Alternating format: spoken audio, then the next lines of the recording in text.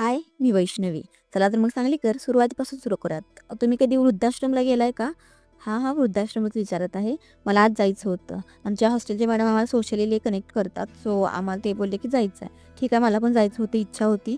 मग त्यांची जयंती होती, त्यांची जयंती साजरा केली. त्यानंतर आम्ही निघालो आणि त्यांनी सांगितलेला पत्ता की साखर कारखाना, पण ते होतं आंबा चौकात. अक्षरशः 1.5 तास चाललो. चाललो पण असो, आमची एक ट्रिप पण झाली आणि चांगलं आहे ते. त्यानंतर त्याचं फळ पण मिळालं आम्हाला. तिथे गेल्यावर ना आज्या अशा बसलेल्या होत्या आणि असं नाही की मला आजी नाही आहे, मला आजी आहे, माझे पणजी आहे. आम्ही खूप एकत्रच राहतो लहानपणीपासून. आहे मम्मी पप्पापेक्षा जास्त मी आजीसोबत राहिलो. तिथं आजींना बघून ना मला वेगळं असं दुःख झालं की का असं करतात ना माणसं. पण असो, मग जरा चहा घेतला. त्यानंतर सुंदर असा कार्यक्रम चालू झाला. त्यानंतर मग तुम्ही कधी गेला नसाल तर नक्की जाऊन या. आपल्याला कळतं आपल्याकडे काय आहे आणि काय नाही आहे. आजी खूप मोठी संपत्ती आहे आपल्यासाठी.